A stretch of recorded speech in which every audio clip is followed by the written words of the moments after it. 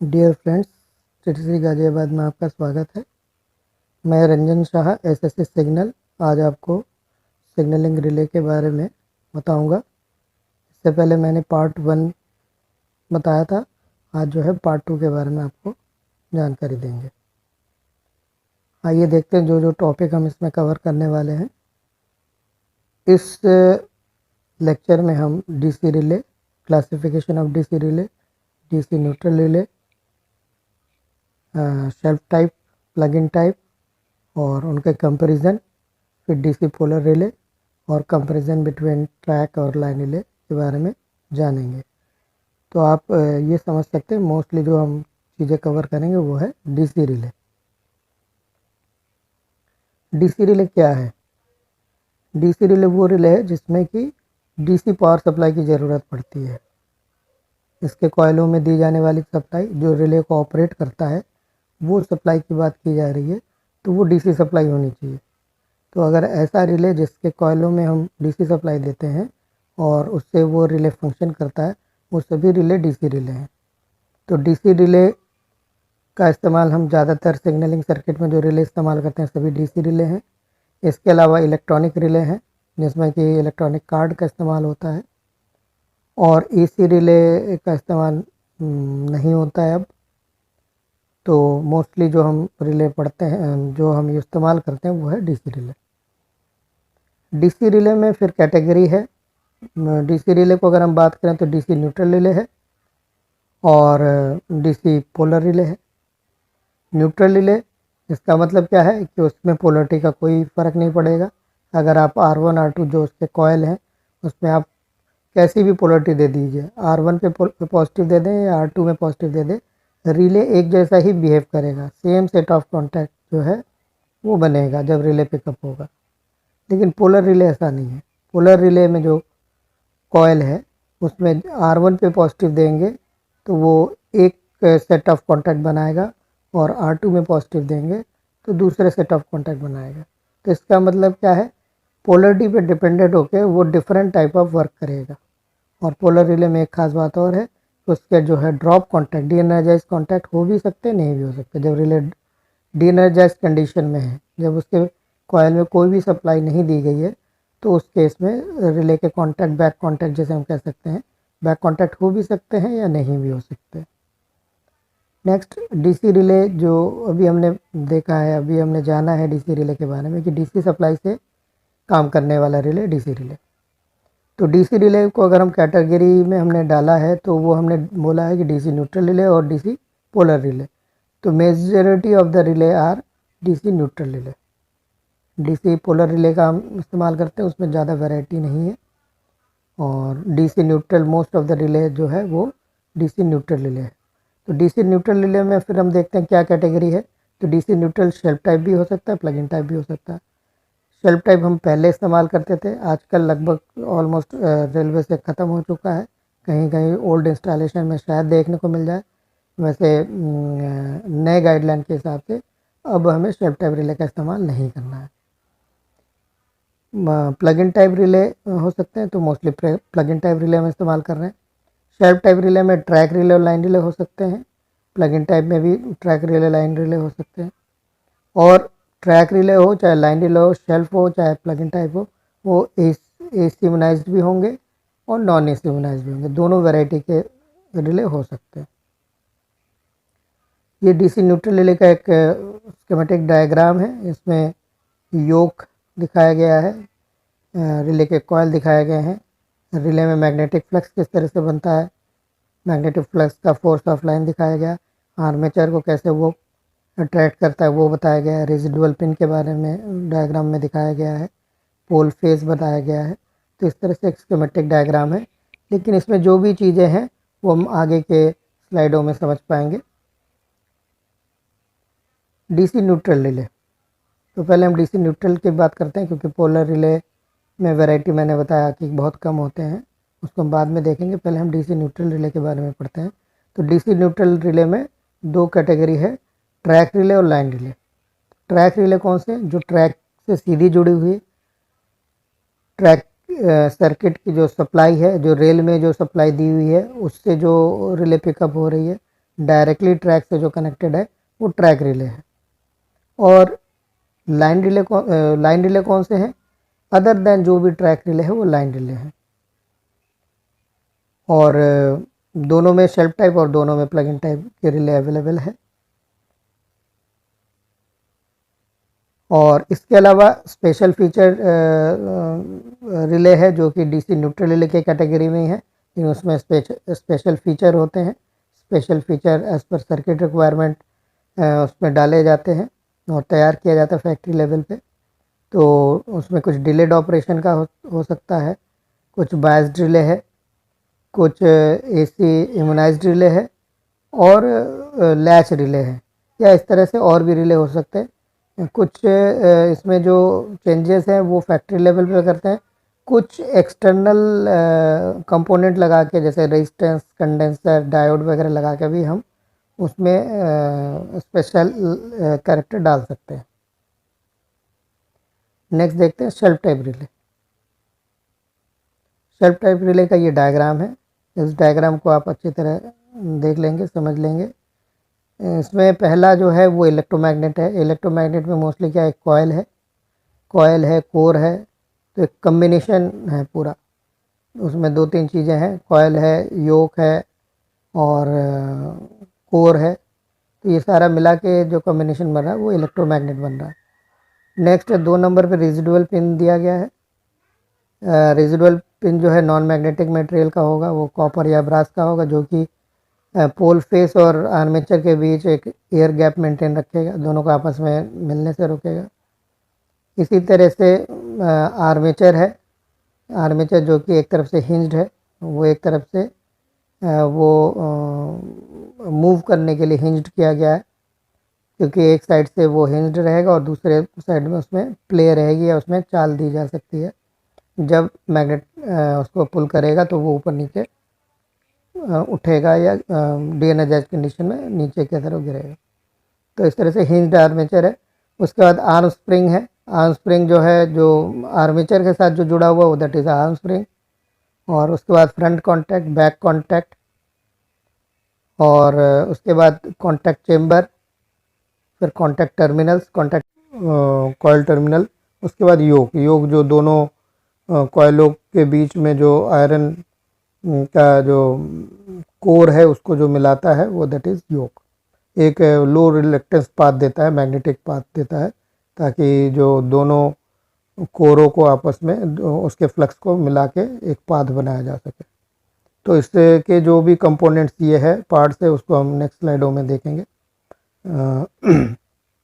सबसे पहले है इलेक्ट्रोमैग्नेट। इलेक्ट्रोमैग्नेट जितने भी शेल्फ टाइप रिले हैं, चाहे वो plug in type shelf type relay में चाहे ट्रैक रिले हो चाहे लाइन रिले हो, वो सभी में 2 कॉयल होंगे और दोनों कॉयलों को सीरीज़ या पैरेलल में हम कर सकते हैं। और कॉयल जो है, कॉयल के पास ही जो है, कॉयल का जो ऊपरी सिरा है उसमें एक योक है जो कि इस मैग्नेटिक दोनों कॉयलों के बीच जो मैग्नेटिक पाथ है उसको कपल करता है, उसको पाथ को, रास्ते को देता है। और उसके बाद इसके कॉयल के बॉटम साइड में अगर हम बात करें तो उसमें पोल फेस है, जो कि एक तरह से नॉर्थ और साउथ पोल बना के आर्मेचर को अट्रैक्ट करता है अपने तरफ। तो वो पोल फेस जो है वो इनसाइड द चेम्बर है, एक तरह से हम कह सकते हैं इनसाइड द ग्लास चेम्बर है। नेक्स्ट देखते हैं रेजिडुअल पिन। तो आर्मेचर में 2 इस तरह के कॉपर और या ब्रास का पिन होगा, जो कि मैग्नेट पोल को आर्मेचर से मिलने से रोकता है, दोनों के बीच एयर गैप मेंटेन रखता है। और इसके बाद आर्मेचर एक फ्लैट आयरन पीस है, जो कि रिले के कॉयल में सप्लाई होती तो पोल फेस उस आर्मेचर फ्लैट पीस को जो है अपने तरफ अट्रैक्ट करता है। और आर्मेचर के साथ जो है एक कॉन्टैक्टों का सेट लगाया जाता है जिसे आर्म स्प्रिंग कहते हैं। आर्म स्प्रिंग में मैक्सिमम 6 कॉन्टैक्ट हो सकते हैं, 6 स्प्रिंग हो सकते हैं, उसको हम स्प्रिंग कहते हैं। और स्प्रिंग के जो हिस्सा जो कॉन्टैक्टों के साथ टच होता है उसको कॉन्टैक्ट कहते हैं, तो इसको हम कहेंगे कॉन्टैक्ट स्प्रिंग। कॉन्टैक्ट स्प्रिंग का जो सिरा होता है, एक तरफ तो वो आर्मेचर से जुड़ा हुआ है, दूसरा जो उसका सिरा है वो फॉर्क शेप होता है, मतलब वो फैला हुआ था, चिमटे की तरह वो फैला होता है। एक सिरा जब वो उठता है तो एक ऊपर का सिरा जो है फ्रंट कॉन्टैक्ट के साथ कांटेक्ट बनाता है, जब वो ड्रॉप होता है तो उसका निचला सिरा जो है बैक कांटेक्ट के साथ संबंध बनाता है, कांटेक्ट बनाता है। तो इस तरह से फॉक्स शेप जो है उसका कांटेक्ट होता है। इसके बाद जो है फ्रंट कांटेक्ट कौन सा है, तो फ्रंट कांटेक्ट जो है वो आर्मेचर के साथ जो पिकअप होने पे, आर्मेचर कांटेक्ट के साथ जो कांटेक्ट पिकअप होने पे बनता है, रिले के पिकअप होने पे या एनर्जाइज कंडीशन में जो कांटेक्ट आर्मेचर कांटेक्ट के साथ बनता है वो फ्रंट कांटेक्ट है। और ये जो फ्रंट कांटेक्ट है ये SiG एलिमेंट का होता है, सिल्वर इम्प्रेग्नेटेड ग्राफाइट। ये SiG एलिमेंट क्या है, SiG एलिमेंट के बारे में अगर हम कहें तो ये एक इसमें सिल्वर की प्रॉपर्टी, मतलब सिल्वर मटेरियल होता है और ग्राफाइट होता है, दोनों के कम्बिनेशन से बनाया जाता है। सिल्वर का क्या रोल है, सिल्वर जो है इलेक्ट्रिकल कंडक्टिविटी और थर्मल कंडक्टिविटी के लिए एक बेहतर मटेरियल है। और ग्राफाइट जो है उसमें रिफ्रैक्टरी नेचर होता है, मतलब वो हाई टेम्परेचर हाई करंट से वो जल्दी से ख़राब नहीं होता, टूटता नहीं या बिखरता नहीं है, तो मतलब वो मजबूती के लिए जो है ग्राफाइट। तो इन दोनों के कम्बिनेशन से एक कंपोजिट मटेरियल बनाते हैं जिसको हम SiG कहते हैं। तो SiG से फ़ायदा क्या हुआ, एक तो उसमें वो हार्डनेस आ गई, हार्ड फ्यूजिंग कैरेक्टरिस्टिक्स आ गई कि वो मटेरियल जो है जल्दी से पिघलेगा नहीं ज़्यादा करंट पे, और ज़्यादा टेम्परेचर को भी वो बर्दाश्त कर पाएगा, साथ साथ बेटर हीट और इलेक्ट्रिकल कंडक्टिविटी जो है वो दे सकता है सिल्वर के कारण। उसके बाद बैक कांटेक्ट जो है वो कांटेक्ट है जो कि आर्मेचर कांटेक्ट, जो जिस कांटेक्ट के साथ रिले डी एनर्जाइज कंडीशन में बनता है उसको हम बैक कांटेक्ट कहते हैं। और बैक कांटेक्ट जो है वो सिल्वर, उसमें उसके टिप में सिल्वर एलिमेंट होता है। तो इस तरह से हम कह सकते हैं फ्रंट कांटेक्ट जो है वो कार्बन का होता है और जो बैक कांटेक्ट होता है वो मेटल का होता है, और जो आर्मेचर है वो भी मेटल का होता है। तो अगर हम इस तरह के रिले की बात करें तो ये carbon to metal to carbon जो है ये रिले है, मेटल टू कार्बन कांटेक्ट वाले रिले हैं। इसके बाद कांटेक्ट चेंबर, जो पूरा कांटेक्ट जो मूव कर रहा है या इनसाइड जो है जो कनेक्शन है जिसमें आर्मेचर मूव कर रहा है वो सारा जो है कांटेक्ट चेंबर से घिरा रहता है, ग्लास वॉल्ड है।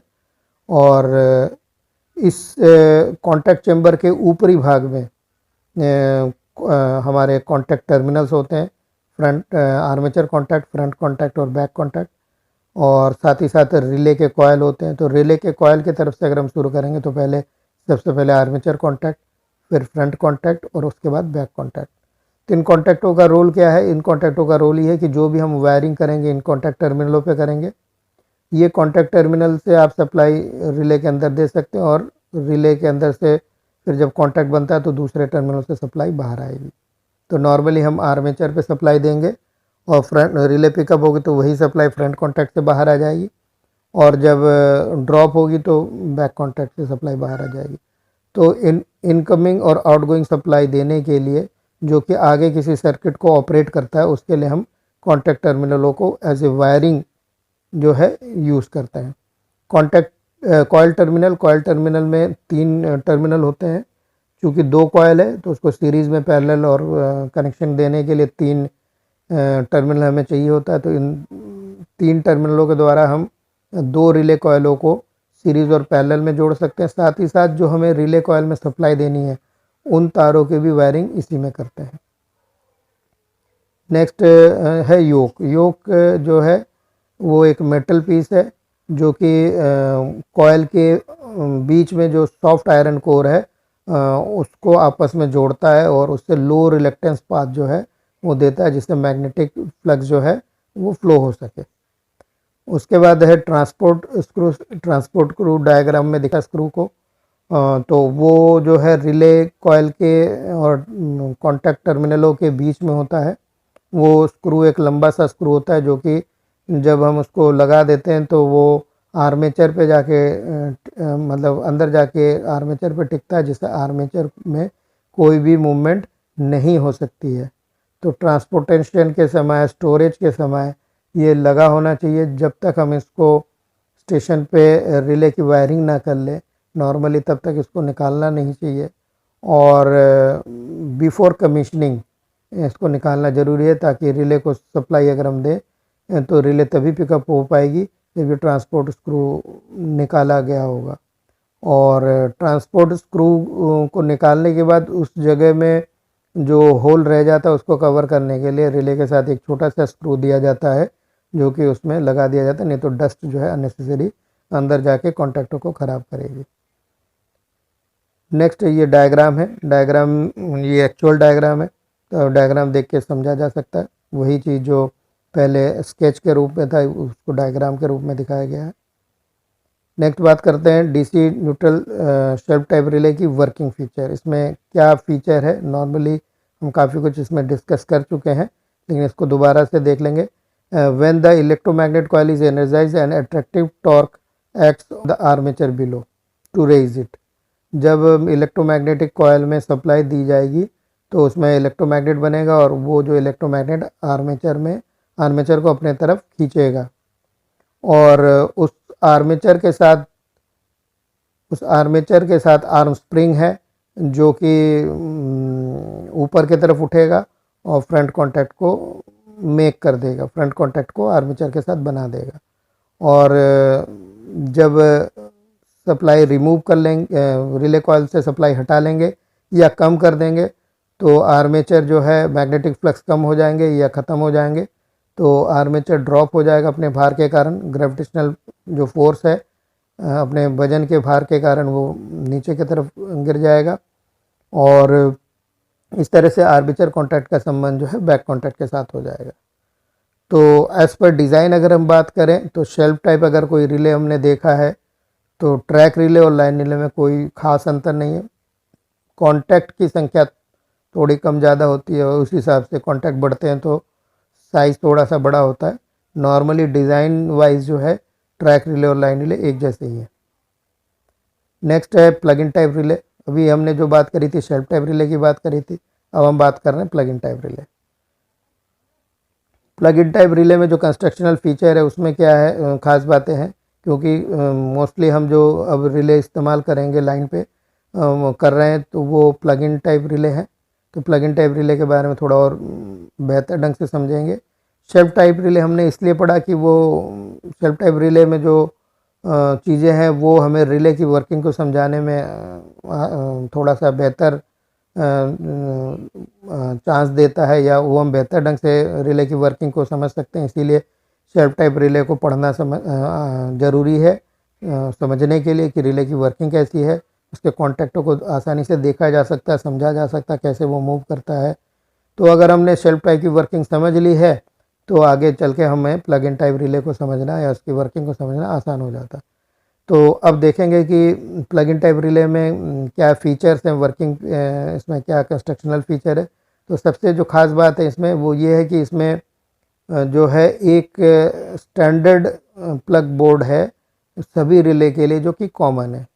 मतलब जो प्लग बोर्ड है, जो रिले जिस पे हम रिले को फिट करते हैं, वो प्लग बोर्ड जो है वो एक जैसा ही है सभी रिले के लिए, चाहे वो ट्रैक रिले हो, चाहे ECR हो, चाहे नॉर्मल एसिम्नाइज्ड रिले हो, किसी भी टाइप का रिले हो, सभी का प्लग बोर्ड जो बेस है या प्लग बोर्ड है वो एक जैसा ही है। उसके बाद plug sockets are kind of interconnection. तो ये जो प्लग बेस है ये या प्लग बोर्ड है, ये क्या काम करता है, तो ये इंटरकनेक्शन करता है। इंटरकनेक्शन किसके बीच, रिले के कॉन्टैक्ट के बीच और तारों के साथ जो हम कनेक्टर लगाते हैं उसके बीच कॉन्टैक्ट बनाने के लिए प्लग बोर्ड का इस्तेमाल होता है। और इसमें एक ख़ास बात होती है कि रिले को होल्ड करने के लिए एक रिटेनिंग क्लिप लगाते हैं जो कि रिले को बेस के साथ होल्ड करके रखता है। उससे दो फ़ायदे, एक तो रिले गिरता नहीं और दूसरा उसके कॉन्टैक्ट भी ब्रेक नहीं होते। अगर ये नहीं लगा होगा तो रिले ना भी गिरे तो भी ऐसा हो सकता है चांस कि गाड़ी के धड़कनों से धीरे धीरे रिले जो है एक तरफ झुक जाए और कुछ कांटेक्ट बनना बंद हो जाए। तो इसीलिए ये रिटेनिंग क्लिप जो है वो बहुत ज़रूरी है लगा होना, हर एक रिले पे लगा होना ज़रूरी है। उसके बाद इसमें जो है जो हम कनेक्टर इस्तेमाल करते हैं, कनेक्टर का क्या रोल है, हम रिले पे डायरेक्ट वायरिंग कुछ नहीं करते, हम जो वायरिंग करते हैं वो कनेक्टर पे करते हैं, और कनेक्टरों को जो है हम बेस प्लग पे हम इंसर्ट कर देते हैं, और इंसर्ट करने के बाद वो लॉक हो जाता है। और उसको निकालने के लिए हमें फिर टूल चाहिए होता है, प्रॉपर टूल लेके ही हम उसको अनलॉक कर सकते हैं, और अनलॉक होने के बाद ही उसको निकालना पॉसिबल है। इसके बाद जो है, जो ये हम कनेक्टर लगाते हैं, तो कनेक्टर को कैसे तार के साथ जोड़ते हैं, तो उसमें एक तो क्रिम्पिंग करते हैं, क्रिम्पिंग करके उसको दबा दिया जाता है, और साथ ही साथ उसको सोल्डरिंग करते हैं ताकि कोई मॉइस्चर या high resistance in future develop ना हो और कनेक्शन जो है वो पक्का हो जाए। और इसके लिए हम उसमें क्रिम्पिंग भी करते हैं और सोल्डरिंग भी करते हैं। इसमें एक और ख़ास चीज़ है, चूँकि सभी का बेस प्लग एक जैसा है, तो ऐसा हो सकता है कि हम ट्रैक रिले को किसी दूसरे के बेस में लगा दें, मतलब रिले वहाँ कुछ और लगा है और हमने जब रिले रिप्लेस किया तो उसके जगह हमने ट्रैक रिले लगा दिया, तो ऐसा चांस ना हो, या कोई नॉर्मल रिले उसके जगह ईसीआर लगा दिया। तो इससे बचने के लिए एक पिन और होल का अरेंजमेंट किया गया, जिसके 16 पिन और 16 होल्स का अरेंजमेंट है, जिसमें कि एट ए टाइम एक रिले में 5 पिन और होल का इस्तेमाल किया जाता है।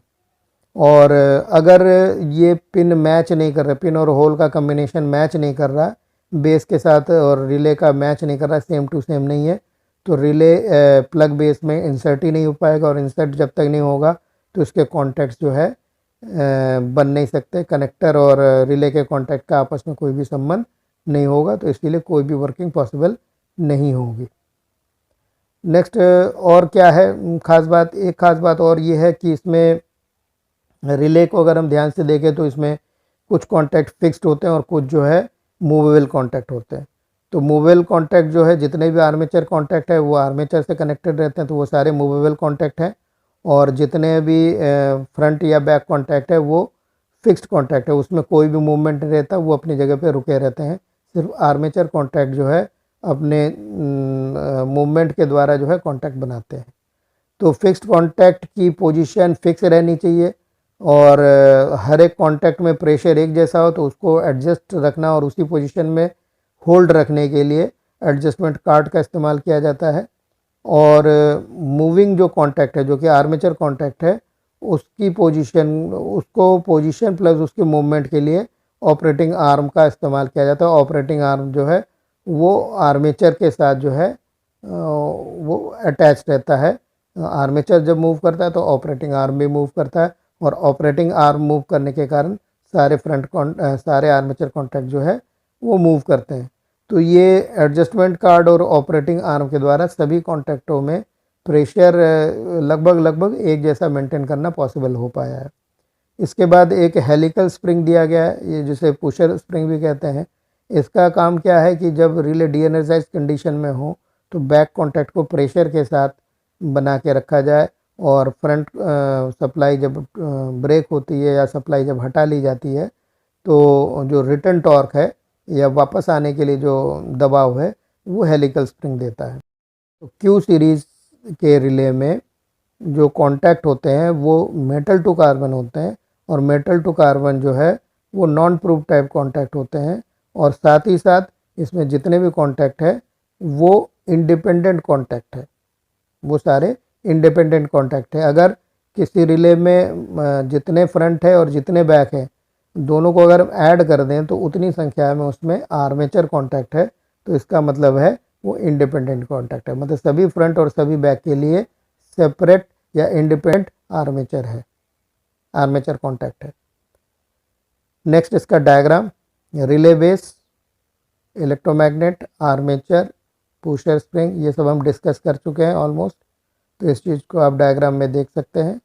हील पीस जो है कॉयल के बैक एंड के साथ जो है लगा हुआ है 13 नंबर पे, और ये जो है इस पे बहुत सारा स्ट्रक्चर जैसे आर्मेचर वगैरह इस पे जो है इसके साथ अटैच किया जाता है, इसके साथ बांधा जाता है एक तरह से। नेक्स्ट है कि इसका डायग्राम समझने के लिए कि ये रिले किस तरह से काम करता है, तो इसको भी देख के हम डायग्राम को समझ सकते हैं।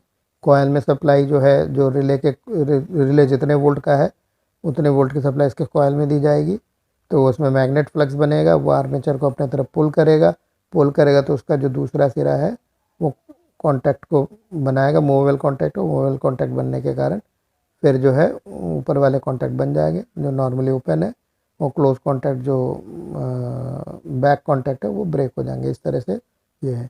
यहाँ पे जो नॉर्मली ओपन है वो इसका मतलब है फ्रंट कॉन्टैक्ट, और नॉर्मली जो क्लोज्ड है वो बैक कॉन्टैक्ट।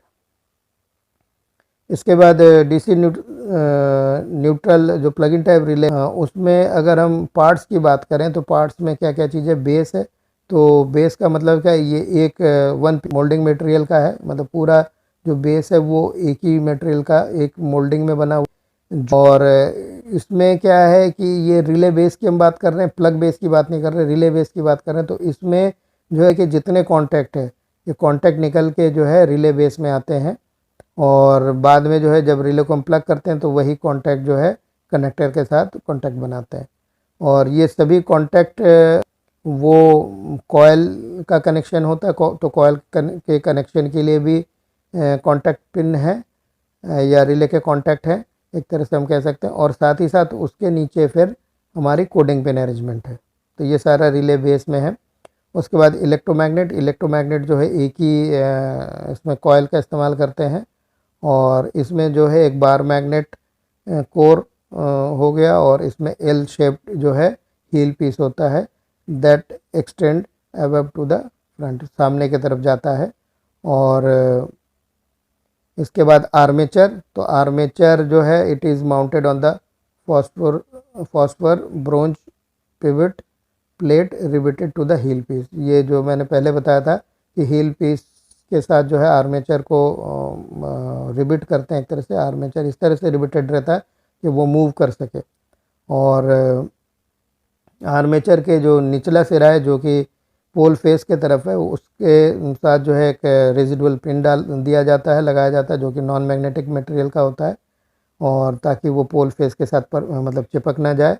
और अगर लैच रिले है, मैग्नेटिक लैच रिले, तो उसमें कोई इस तरह का पिन का अरेंजमेंट नहीं होगा। पुशर स्प्रिंग जो हेलिकल स्प्रिंग है वही है, हमने पहले डिस्कस किया। कॉन्टैक्ट्स भी हम डिस्कस कर चुके हैं। तो फिक्स्ड कॉन्टैक्ट और फिक्स्ड कॉन्टैक्ट में जो है फ्रंट कॉन्टैक्ट और बैक कॉन्टैक्ट होता है, उसको फिक्स्ड कॉन्टैक्ट कहते हैं। तो उसको एडजस्टमेंट कार्ड से एडजस्ट करते हैं। और जो ऑपरेटिंग आर्म है, ऑपरेटिंग आर्म जो है आर्मेचर कॉन्टैक्ट को मूव कराता है। तो ऑपरेटिंग आर्म का डायग्राम में आप देख सकते हैं। तो ऑपरेटिंग आर्म का काम जो है वो जितने भी मूव होने वाले कॉन्टैक्ट है आर्मेचर कॉन्टैक्ट, उसको मूव कराना। इसके बाद अगर हम बात करें तो ये इसमें स्प्रिंग और कॉन्टैक्ट्स हैं। तो जितने भी ये जो स्ट्रिप दिखाई दे रही है इसको कहते हैं हम स्प्रिंग, और इसके सामने के सिरे में जो चीज़ लगी हुई उसको हम कहते हैं कॉन्टैक्ट। इसके बाद डीसी न्यूट्रल रिले में और क्या है, इसमें फ्रंट और बैक कॉन्टैक्ट जो है ये किस तरह से है, ये इंडिपेंडेंट है, जैसे हमने पहले भी डिस्कस किया। और मेटल टू कार्बन के कॉन्टैक्ट होते हैं इसमें। और एक ट्रांसपेरेंट कवर होता है इसमें, पूरे इसको चीज़ों को कवर करने के लिए। जितने भी इसमें आइटम्स है वो सारा उससे कवर हो जाता है। और सिर्फ बैक साइड में जो है रिले के बेस में कॉन्टैक्ट के लिए कॉन्टैक्ट निकले रहते हैं। तो बाकी सारी चीज़ें जो है कवर हो जाती है इससे, ट्रांसपेरेंट कवर से। उसके बाद हैंडल है, हैंडल का काम है रिले को बेस प्लग से बाहर निकालने के लिए, और रिटर्निंग क्लिप को उसमें होल्ड करने के लिए ये है। रिटर्निंग क्लिप हम पहले बता चुके हैं। इसके बाद प्लग बोर्ड, तो प्लग बोर्ड भी एक ही मोल्डिंग, एक पीस सेम मोल्डिंग का होता है। प्लग बोर्ड या प्लग बेस जिसे हम कह रहे हैं, उसको हम रैक में फिट करते हैं नट बोल्ट के द्वारा, और इस प्लग बोर्ड में रिले को हम प्लग करते हैं। तो जितने भी हमारी कनेक्टर है वो प्लग बोर्ड या प्लग बेस में उसको डाला जाता है, और उसके अंदर इसके लिए स्लॉट बने हुए हैं।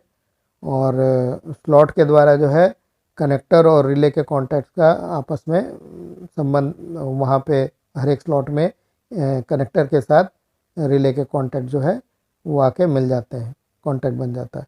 तो एक एक अगर हम स्लॉट की बात करें तो उसके कॉलम बने हुए हैं, टोटल 4 कॉलम है, और 4 कॉलम में कॉन्टैक्ट्स के लिए 32 एक एक में 8, इसके हिसाब से 32 स्लॉट्स हैं। और उसके नीचे जो है दो दो दो और है, मतलब उस स्लॉटों का हम लोगों ने नाम दिया हुआ है ABCD। तो ए कॉलम, कॉलमों का नाम ABCD दिया हुआ है। तो कॉलम जो ए है, ए कॉलम के नीचे की तरफ जहाँ पे 8 स्लॉट ख़त्म हो गए, उसके बाद 2 स्लॉट और है जो कि रिले के कॉयल का R1 और R3 को शो करता है, उसके लिए बना हुआ है। और डी कॉलम में जहाँ 1 से 8 ख़त्म हो गए, उसके बाद फिर 2 स्लॉट बने हुए जो कि रिले कॉयल का R2 और R4 को शो करता है। मतलब रिले अगर एक कॉयल का है तो R1 R2 इस्तेमाल होगा, R3 R4 जो है वो अनकनेक्टेड रहेगा, या वहाँ पे कुछ भी नहीं रहेगा। अगर कोई डबल कॉयल वाला रिले है तो R1 R2 में भी हमें कनेक्शन करने हैं और R3 R4 में भी कनेक्शन करने हैं। और maximum 16 number of contact possible है क्यू सीरीज़ रिले में। मैक्सिमम जो है 16 कम्बिनेशन ऑफ कॉन्टैक्ट है। इसके बाद जैसे हमने बताया कि कॉयल के कनेक्शन के लिए 4 स्लॉट है, तो वो कॉयल्स के कनेक्शन को उसमें टर्मिनेट किए जा सकते हैं, कनेक्टर को, वायर को वहाँ कनेक्टर के द्वारा टर्मिनेट किए जा सकते हैं। और कनेक्टर को निकालने के लिए जो है वो स्पेशल टूल आता है, और कनेक्टर को लगाने के लिए इंसर्ट करने से पहले उसको क्रिम्पिंग और उसमें सोल्डरिंग करना चाहिए। साथ ही साथ डिज़ाइन पर्पस से एक चीज़ की गई, क्योंकि बहुत सारे वैरायटी के रिले हैं जिसमें कि नंबर ऑफ कॉन्टैक्ट्स 2F1B से लेके 8F8B या 12F4B डिफरेंट टाइप के कॉन्टैक्ट्स कम्बिनेशन हो सकते हैं अलग अलग टाइप के रिले में। कुछ ECR, कुछ ट्रैक रिले या कुछ लैच रिले, अलग अलग टाइप के रिले, तो अलग अलग कॉन्टैक्ट हो सकते हैं। तो नंबर ऑफ कॉन्टैक्ट्स के हिसाब से कुछ डिज़ाइन स्टैंडर्ड बनाए गए हैं। उसमें से कुछ इस तरह से किया गया कि कुछ कॉन्टैक्ट हमेशा अगर होंगे उसमें तो वो फ्रंट कॉन्टैक्ट ही होंगे, कुछ कॉन्टैक्ट जो है बैक कॉन्टैक्ट के लिए रिजर्व रखा गया, और कुछ कॉन्टैक्ट जो बच जाते हैं उसको जो है फ्रंट या बैक दोनों में से किसी में के लिए भी इस्तेमाल किया जा सकता है। तो इसका मतलब क्या है कि कुछ कॉन्टैक्ट जो है वो फ्रंट कॉन्टैक्ट के लिए रिजर्व रखा गया, कुछ कॉन्टैक्ट जो है वो बैक कॉन्टैक्ट के लिए रिजर्व रखा गया, और कुछ कॉन्टैक्ट जो है, जो बचे हुए कॉन्टैक्ट है, वो उसमें वो फ्रंट भी हो सकता है और बैक भी हो सकता है। तो ये जो भी कॉन्टैक्ट है वो फैक्ट्री से जब रिले का निर्माण होकर आ रहा है तो तभी डिसाइडेड रहता है, या इसका एक स्टैंडर्ड पैटर्न है जो कि डिसाइडेड है ऑलरेडी।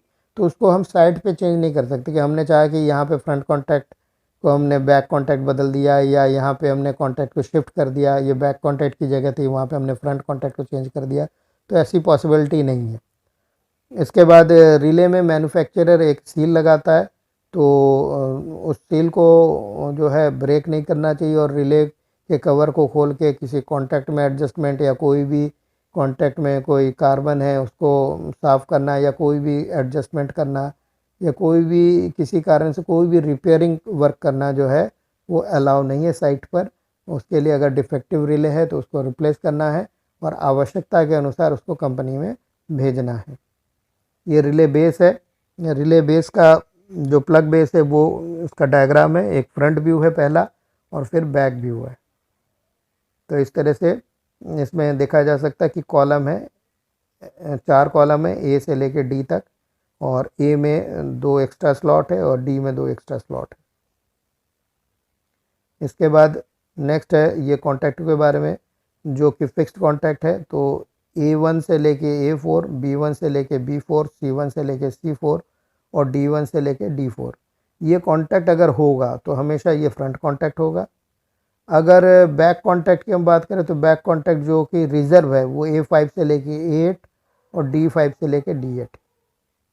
तो बीच के B वाले के बारे में बात नहीं कर रहे हैं, A5 से लेके A8 और D5 से लेके D8। तो ये अगर कॉन्टैक्ट होंगे तो ये हमेशा बैक कॉन्टैक्ट होंगे।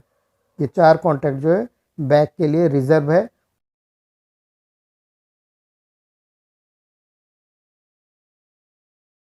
ऐसा भी बताया गया है। और बीच में जो है 4 कॉन्टैक्ट जो B5 से लेके B8 और C5 से लेके C8 तक है, ये फ्रंट कॉन्टैक्ट भी हो सकते हैं या बैक कॉन्टैक्ट भी हो सकते हैं, जैसा भी रिले है उस पर डिपेंड करेगा। तो कंपनी जो है वो उस स्टैंडर्ड को फॉलो करते हुए बनाती है। लेकिन हम लोग की जानकारी के लिए ये है कि ऊपर के जितने भी कॉन्टैक्ट है वो फ्रंट होंगे, उसके बाद जो नीचे के 4 कॉन्टैक्ट ये हमेशा बैक होंगे, और बीच के ये जो कॉन्टैक्ट है B5 से लेके B8 और C5 से लेके C8, ये किसी रिले में फ्रंट भी हो सकता है, किसी रिले में बैक भी हो सकता है। नेक्स्ट है, अगर हम कॉन्टैक्ट अरेंजमेंट क्यू सीरीज़ की बात करें तो जो स्टैंडर्ड कॉन्टैक्ट अरेंजमेंट है वो कौन कौन से लाइन रिले में 12/4B, 8F8B, 8F4B, 6F6B, 6F2B, 4F4B, इस तरह से अलग अलग कॉन्टैक्ट कॉन्फ़िगरेशन के हो सकते हैं। ट्रैक रिले में 2F1B, 2F2B, 4F2B, ECR में 3F3B और ECR में दूसरा 4F4B, इस तरह के स्टैंडर्ड कॉन्टैक्ट कॉन्फ़िगरेशन होते हैं क्यू सीरीज़ में। इसके बाद ये कॉन्टैक्ट का जो अगर 12/4B होगा तो कौन से फ्रंट होंगे कौन से बैक होंगे, वो जो हमने पहले डिस्कस किया है एक स्लाइड पहले, तो उसके अनुसार इसको आप चेक कर सकते हैं। और 8F8B होगा तो कैसा होगा, 6F4B होगा तो कैसा होगा, तो उस तरह से ये इसके स्टैंडर्ड कॉन्फ़िगरेशन है। बीच में जो क्रॉस वाला हिस्सा जो भी है वो इसका मतलब है यहाँ पे कॉन्टैक्ट कोई भी इस्तेमाल नहीं किया गया है, तो अगर क्रॉस कर दिया तो इसका मतलब ये अलॉटेड नहीं है, यहाँ पे रिले के पीछे कोई भी कॉन्टैक्ट आपको दिखाई नहीं देगा। अगर इसमें आप वायरिंग कर रहे हैं रिले बेस में तो वायरिंग जो है वो उसका कोई फ़ायदा नहीं होगा। इसमें सारे कवर नहीं किए गए, कुछ कवर किए गए, तो उसको देख के समझा जा सकता है। इसके बाद आ जाता है कि शेल्फ टाइप और प्लग इन टाइप रिले में अंतर। तो शेल्फ टाइप रिले जो शेल्फ में हम उसको हम रखते हैं या इंस्टॉल करते हैं, तो शेल्फ उसको ज़मीन में तो रख नहीं सकते, ज़मीन में रखेंगे तो वायरिंग करने में दिक्कत होगी, फेलियर अटेंड करने में दिक्कत होगी। जबकि वो कोई उसी तरह से कोई प्लेटफॉर्म हमें बनाना पड़ेगा, तो हम क्या बनाते हैं उसके लिए शेल्फ बनाते हैं। तो शेल्फ टाइप रिले शेल्फ बना के एक प्लेटफॉर्म बना के एक इतने हाइट पे बनाते हैं ताकि हम जो उसको आसानी से एक्सेस कर सके, आसानी से वायरिंग कर सके, फेलियर को अटेंड कर सके, देख सके। तो इसके लिए एक शेल्फ बनाना पड़ता है, तभी जाके रिले को हम रख सकते हैं, इसीलिए हम उसको कह रहे हैं शेल्फ टाइप रिले। और प्लग इन टाइप रिले का मतलब क्या है, ऐसे रिले जो कि हम प्लग बेस में प्लग कर रहे हैं तो वो plug in type relay. Mounted horizontal plane, तो जो शेल्फ टाइप रिले वो हॉरिजेंटल प्लेन पे रखा जाता है, तो जो वर्किंग स्टाइल है उसके हिसाब से उसको वो हॉरिजेंटल प्लेन पे ही रख के उसको हम काम में ले सकते हैं। और प्लग इन टाइप रिले जो है वर्टिकल प्लेन पे रखा जाता है। शेल्फ टाइप रिले जो है हैवी होती है वजन में और साइज़ में भी बड़ा होता है, जबकि प्लग इन टाइप रिले जो है लाइट वेट होता है उसके कंपैरिजन में और कॉम्पैक्ट होता है। रिले आर्मेचर जो है वो ग्रेविटी के कारण गिरता है। अगर शेल्फ टाइप रिले की हम बात करें तो रिले आर्मेचर जो है वो ग्रेविटी के कारण गिरता है, उसमें कोई स्प्रिंग का दबाव नहीं होता है, जबकि प्लग इन टाइप में हेलिकल स्प्रिंग या पुशर स्प्रिंग होता है। और शेल्फ टाइप रिले जो है जगह ज़्यादा लेता है, प्लग इन टाइप रिले जो है जगह कम लेता है। रिप्लेसमेंट में शेल्फ टाइप में बहुत ज़्यादा समय लगता है और प्लग इन टाइप में समय बहुत कम लगता है। रिले को निकालना है, दूसरा रिले अगर रेडी है तो तुरंत हम लगा सकते हैं। और इसमें टाइम ज़्यादा क्यों लगता है कि इसमें रिले में ही एक एक टर्मिनल कॉन्टैक्ट टर्मिनल से तारों को खोल कर दोबारा से लगाना होता है, तो इसीलिए ऐसे रिले में टाइम तो ज़्यादा लगता है। साथ ही साथ जब भी हम रिले को रिप्लेस कर लेते हैं तो हमें सर्किट को टेस्ट करना ज़रूरी है। बहुत ज़्यादा रिप्लेसमेंट के दौरान भी बहुत ज़्यादा सावधानियाँ रखनी पड़ती है। और प्लग इन टाइप में चूँकि वायरिंग को हम डिस्टर्ब नहीं करते तो उसमें कोई भी टेस्टिंग की ज़रूरत नहीं, सिंपली रिले को रिप्लेस कर सकते हैं। इसके बाद जो है शेल्फ टाइप वायरिंग में pre wiring of relay possible नहीं। जब तक हमारा रिले नहीं है साइट पे तो बिना रिले को रख के हम प्री वायरिंग नहीं कर सकते, कोई भी वायरिंग नहीं कर सकते। लेकिन प्लग इन टाइप रिले में रिले बेस में ही हम वायरिंग कर सकते हैं और करते भी हैं।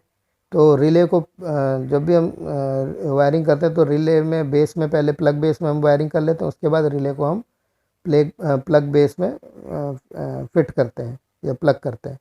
उसके बाद शेल्फ टाइप रिले में चूँकि कोई ऐसा वायरिंग ही हमें जब करना है सभी को हर बार करना है तो उसमें कोई ऐसा चांस नहीं हो सकता है कि कोई रिले इंटरचेंज हो जाए, नॉर्मली वैसा माना जा सकता है और इतनी उसमें वैरायटी भी नहीं है, तो इसीलिए कोडिंग अरेंजमेंट की ज़रूरत नहीं। लेकिन प्लग इन टाइप रिले में चूँकि सभी का बेस एक जैसा है, किसी के बेस में कोई भी रिले फिट हो सकता है, तो इसीलिए कोडिंग अरेंजमेंट की ज़रूरत है उसमें, कोडिंग पिन और कोडिंग होल। तो रिले के बेस में कोडिंग पिन होती है और रिले बेस प्लग में जो है कोडिंग होल होते हैं। तो वो जब आमने सामने आते हैं तभी ये जो है उसमें फिक्स हो सकता है। उसके बाद नेक्स्ट है कि शेल्फ टाइप रिले ज़्यादा सेंसिटिव होता है और plug in type relay come sensitive होता है। उसके बाद ऑपरेशन के लिए शेल्फ टाइप रिले में कम वोल्टेज चाहिए, प्लग इन टाइप रिले में ज़्यादा वोल्टेज चाहिए। अगर हम करंट की बात करें तो शेल्फ टाइप में करंट की रिक्वायरमेंट कम है ऑपरेटिंग करंट की, और प्लग इन टाइप में करंट की रिक्वायरमेंट ज़्यादा होती है। इसके बाद पावर रिक्वायरमेंट की अगर हम बात करें, पावर जो कितना कौन सा खर्च किसमें ज़्यादा होता है या रिक्वायरमेंट ज़्यादा होता है, तो शेल्फ टाइप में पावर रिक्वायरमेंट कम है, प्लग इन टाइप में पावर रिक्वायरमेंट कंपैरेटिवली ज़्यादा है। इसके बाद एक 40 नंबर पे एक डिफरेंस है जो कि ओवरऑलिंग की बात कर रहे हैं। पीरियोडिकली रिले की ओवरऑलिंग करनी है या नहीं, तो शेल्फ टाइप रिले में ओवरऑलिंग होती है, प्लग इन टाइप में कोई भी रिले की ओवरऑलिंग का कोई भी प्रोविज़न नहीं होता है। तो शेल्फ टाइप में 2 रिले हैं, लाइन रिले है तो वो 15 साल, ट्रैक रिले तो 10 से 12 साल। प्लग इन टाइप में कोई भी ओवरऑलिंग नहीं होती है, पीरियोडिकल ओवरऑलिंग का कोई भी कॉन्सेप्ट नहीं है, लेकिन वहाँ ट्रैक रिले के केस में बोला गया है कि 10 से 12 साल के बाद रिले को रिप्लेस कर देना है, रिले को रिप्लेस कर देना है, कोई भी ओवरऑलिंग नहीं होती है। इसके बाद जो है नेक्स्ट डिफरेंस है कि शेल्फ टाइप रिले में इंडिपेंडेंट और डिपेंडेंट दोनों तरह के कॉन्टैक्ट हो सकते हैं। प्लग इन टाइप में जो है केवल मात्र इंडिपेंडेंट कॉन्टैक्ट ही होता है। इसके बाद मैक्सिमम कॉन्टैक्ट की संख्या उसमें शेल्फ टाइप रिले में 6 है और प्लग इन टाइप में मैक्सिमम कॉन्टैक्ट जो है 16 हो सकता है। यहाँ पे जो इंडिपेंडेंट कॉन्टैक्ट की बात कर रहे हैं वो हम क्यू स्टाइल से बात कर रहे हैं। अगर K50 है तो K50 में डिपेंडेंट कॉन्टैक्ट होते हैं। Plug in type relay Q style के उसमें सारे कॉन्टैक्ट जो है इंडिपेंडेंट कॉन्टैक्ट ही होते हैं। इसके बाद पोलर रिले की बात करेंगे। जो शुरुआती क्लासिफिकेशन में हमने देखा था कि रिले जो है या तो डीसी सप्लाई से पिकअप होने वाले काम करने वाले रिले या तो न्यूट्रल रिले होंगे या पोलर रिले होंगे। तो न्यूट्रल रिले में हमने जानकारी ले ली, अब पोलर रिले के बारे में बात करेंगे। तो पोलर रिले क्या है कि DC polar relay is one which makes different sets of contact with different polarities of DC supply connected to its coil. Coil में दी जाने वाली सप्लाई की अगर हम पोलरिटी बदलेंगे तो उसके सेट्स ऑफ कॉन्टैक्ट जो बनने वाले होते हैं वो अलग अलग बनेंगे। और इसके लिए क्या अरेंजमेंट है, तो एक स्टील स्ट्रैप जिसमें कि एक परमानेंट मैग्नेट अटैच किया गया है, उसको जो है जो मैग्नेटिक कॉयल है या इलेक्ट्रोमैग्नेट है उसके नज़दीक उसको रखा गया है। तो इलेक्ट्रोमैग्नेट में जब भी सप्लाई आएगी तो परमानेंट मैग्नेट के साथ उसका इंटरफेरेंस होगा और उसके कारण जो है हमारा स्टील का जो स्ट्रैप है वो मूव करेगा और जो स्टील स्ट्रैप है उसके साथ ही आर्मेचर को लगाया गया है तो आर्मेचर भी मूव करेगा। तो इस तरह से देखा जाता है कि पोलरिटी के चेंज करने पे स्टील का जो स्ट्रैप है वो दोनों तरफ मूव करता है और उसके कारण 2 तरह के कॉन्टैक्ट इसमें बनते हैं।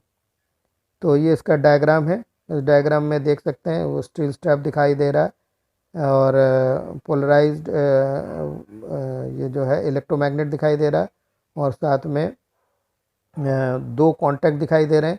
एक नॉर्मल कॉन्टैक्ट लेफ्ट हैंड की तरफ नॉर्मल कॉन्टैक्ट और राइट हैंड की तरफ रिवर्स कॉन्टैक्ट है। बीच में जो इसका एक पतला सा कॉन्टैक्ट दिखाई दे रहा है वो आर्मेचर कॉन्टैक्ट है और रिले नॉर्मल कॉन्टैक्ट और रिवर्स कॉन्टैक्ट के नीचे R1 और R2 जो है रिले के कॉयल है। कॉयल में पोलरिटी बदल के देंगे तो रिले जो है दोनों कभी नॉर्मल कॉन्टैक्ट के साथ संबंध बनाएगा, कभी रिवर्स कॉन्टैक्ट के साथ संबंध बनाएगा। तो ये जो आर्मेचर है इसको कनेक्ट करने के लिए ये पॉइंट है जो कि रिवर्स कॉन्टैक्ट के ऊपर लिखा हुआ है ब्लू कलर में, ये आर्मेचर कॉन्टैक्ट के लिए यहाँ पे हम सप्लाई देंगे। तो ये पोलर रिले को जो सप्लाई जो हमें सर्किट को कंट्रोल करना है उसके लिए जो हम रिले कॉन्टैक्ट में सप्लाई देंगे वो आर्मेचर कॉन्टैक्ट में देंगे और वो रिले के पिकअप किस साइड पिकअप होता है उसके हिसाब से कभी ये नॉर्मल कॉन्टैक्ट से बाहर की तरफ आएगा या कभी रिवर्स कॉन्टैक्ट की तरफ से बाहर आएगा। और जिधर भी सप्लाई देंगे, अगर R1 की तरफ सप्लाई देंगे तो नॉर्मल कॉन्टैक्ट बनेगा, अगर R2 की तरफ सप्लाई देंगे तो रिवर्स कॉन्टैक्ट बनेगा। तो इस तरह से हम ये समझ सकते हैं कि जिधर भी पॉजिटिव देंगे आर्मेचर कॉन्टैक्ट उसी तरफ बनेगा। ये इसका एक्चुअल डायग्राम है, पहले स्कीमेटिक डायग्राम था और बिल्कुल ही नज़दीक नज़दीक कॉन्टैक्ट बना हुआ है और ये आर्मेचर और कॉन्टैक्टों के बीच 1.5 mm से अधिक का गैप होना चाहिए, उससे लेस गैप नहीं होना चाहिए। इस तरह से इसमें कॉन्टैक्ट बनते हैं और इसमें डिस्क्रिप्शन में दिया हुआ है कि R1 पे अगर हम पॉजिटिव देंगे तो कॉन्टैक्ट जो है वो लेफ़्ट की तरफ बनेगा, नॉर्मल कॉन्टैक्ट की तरफ बनेगा, और अगर R2 में पॉजिटिव देंगे तो कॉन्टैक्ट रिवर्स कॉन्टैक्ट बनेगा या राइट साइड में बनेगा। इसके बाद पोलर रिले चूँकि पोलरिटी को सेंस करता है, डायरेक्शन ऑफ करंट को सेंस करता है, इसीलिए डिफरेंट डायरेक्शन में करंट फ्लो करके हम डिफरेंट सेट्स ऑफ कॉन्टैक्ट बना लेते हैं। और इसका एप्लीकेशन का इसको कहाँ इस्तेमाल करते हैं, तो इसका एप्लीकेशन जो है ब्लॉक इंस्ट्रूमेंट में करते हैं, उसको PR कहते हैं, कहीं कहीं हम BCR कहते हैं। तो SG ब्लॉक इंस्ट्रूमेंट और टोकन इंस्ट्रूमेंट में इसका इस्तेमाल करते हैं और उसमें ये वाइटल रोल अदा करता है। साथ ही साथ इसमें ये बताएगा कि जो कॉन्टैक्ट है और उसके बीच में गैप 1.5 mm से कम नहीं होना चाहिए, ताकि किसी वाइब्रेशन के कारण कोई कॉन्टैक्ट एक्सीडेंटली ना बन जाए। इसके बाद इसका टेक्निकल पैरामीटर तो 17 मिली एम्पेयर पे ये काम करना शुरू कर देता है, लेकिन इसको 25 मिली एम्पेयर तक ब्लॉक इंस्ट्रूमेंट में देते हैं। रेटेड इसका जो है 21 मिली एम्पेयर है और कॉयल का रेजिस्टेंस 77 ओम है, 2 इसमें कॉयल है और नॉर्मली इसको हम सीरीज़ में ही इस्तेमाल करते हैं, तो 77 ओम है। और इसके अलावा बाकी पैरामीटर्स में AC इम्यूनिटी 10 वोल्ट AC है, ड्रॉप वैल्यू जो है 50% PUV है और करंट कैरिंग कैपेसिटी जो है 1 एम्पियर है। अगर हम लगातार दे रहे हैं 30 सेकेंड तक हम 2 एम्पियर के करंट को भी दे सकते हैं। और कॉन्टैक्ट रेजिस्टेंस जो है 0.25 ओम है, जब पिकअप वैल्यू से थोड़ा सा 10% एक्स्ट्रा वोल्टेज हम देते हैं, एक्सेस वोल्टेज देते हैं। इसके बाद ट्रैक रिले और लाइन रिले में क्या अंतर है वो देख लेंगे। जो ट्रैक रिले, जो ट्रैक से जुड़ी हुई सीधी रिले है वो ट्रैक रिले कहलाएंगी और जो अदर देन ट्रैक रिले वो सारे लाइन रिले हैं। इसके अलावा वर्किंग प्रिंसिपल क्या है, इसमें क्या अंतर है उनमें, तो ट्रैक रिले जो है वोल्टेज के रेगुलेशन पे काम करता है, वोल्टेज धीरे धीरे कम कर रहे हैं अपने आप ही, धीरे धीरे ट्रैक में गाड़ी आने के बाद वोल्टेज कम होता है, बिल्कुल ही जीरो नहीं होता है, कटता नहीं है, कोई सप्लाई हम उसमें काटते नहीं है, तो इसीलिए वोल्टेज के रिडक्शन के प्रिंसिपल पे वो काम करता है। और लाइन सप्लाई वोल्टेज होने या ना होने पे काम करता है, लाइन रिले वोल्टेज होने पे या ना होने पे काम करता है। रिले की सेंसिटिविटी की बात करें तो इसकी परसेंटेज रिलीज जो है ट्रैक रिले का मिनिमम 68% होना चाहिए और लाइन रिले का जो है जो A टाइप है वो 60% मिनिमम, B टाइप जो है वो 50% मिनिमम, और A टाइप में एक सेंसिटिव रिले है जो कि एक्सेल काउंटर के लिए इस्तेमाल करते हैं, उसमें मिनिमम 65% होना चाहिए।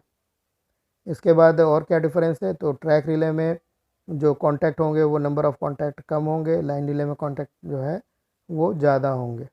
ट्रैक रिले में मैक्सिमम कॉन्टैक्ट की हम बात करें तो वो 4 हो सकती है, लाइन रिले में मैक्सिमम कॉन्टैक्ट जो है 16 हो सकती है। कॉयल रेजिस्टेंस जो है वो ट्रैक रिले का लेस है, 2.25 से 9 ओम, और लाइन रिले में जो है मिनिमम 200 से लेके 1000 ओम तक हो सकता है। वर्किंग वोल्टेज जो है वो ट्रैक रिले का कम है, लाइन रिले का कंपैरिजन में काफ़ी ज़्यादा है, मिनिमम 12 वोल्ट है, 12, 24, 60 तक वोल्टेज वाले रिले जो है लाइन रिले पॉसिबल है। उसके बाद वर्किंग करंट ट्रैक रिले का कम है, ट्रैक रिले का ज़्यादा है और लाइन रिले का वर्किंग करंट उसके मुकाबले काफ़ी कम है। इसके बाद लोड रिक्वायरमेंट, ट्रैक रिले में लोड रिक्वायरमेंट कम है और लाइन रिले में लोड रिक्वायरमेंट ज़्यादा है, मतलब जो पावर कंजम्पशन है वो लाइन रिले का ज़्यादा है। एक्सटर्नल पावर लॉस जो है ट्रैक रिले में होता रहता है, क्योंकि उसके साथ जो अगर नॉन RE एरिया तो कम से कम फीड रेजिस्टेंस होगा और जो उसका वर्किंग स्टाइल है, गाड़ी हो या ना हो उसमें पावर खर्च होता रहेगा, फीड रेजिस्टेंस पे पावर सप्लाई जो है वो ड्रॉप होती रहेगी, तो एक्सटर्नल पावर लॉस होगा और लाइन रिले में कोई भी पावर लॉस नहीं होता है।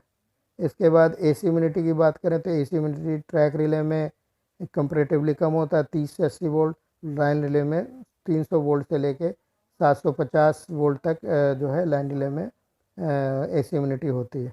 पीरियोडिकल ओवरऑलिंग जो है वो जैसे हमने पहले बताया था कि शेल्फ टाइप रिले में आपका पीरियोडिकल ओवरऑलिंग अगर ट्रैक रिले है तो 10 से 12 साल है, और प्लग इन टाइप रिले में चूँकि कोई पीरियोडिकल ओवरऑलिंग होती नहीं तो 10 से 12 साल बाद उसको बदल देना है। और लाइन रिले में अगर हम बात करें तो शेल्फ टाइप की POH जो है पीरियोडिकल ओवरऑलिंग 15 साल है, और अगर plug in type line relay तो उसको जो है कोई भी रिप्लेसमेंट ईयर या POH दोनों में से कुछ भी नहीं है, डिफेक्टिव होने पर ही बदला जाएगा। तो आशा करता हूँ ये आपको अच्छा लगा होगा, समझ में आया होगा ये टॉपिक सारा। तो इसके लिए आपका धन्यवाद। Thank you.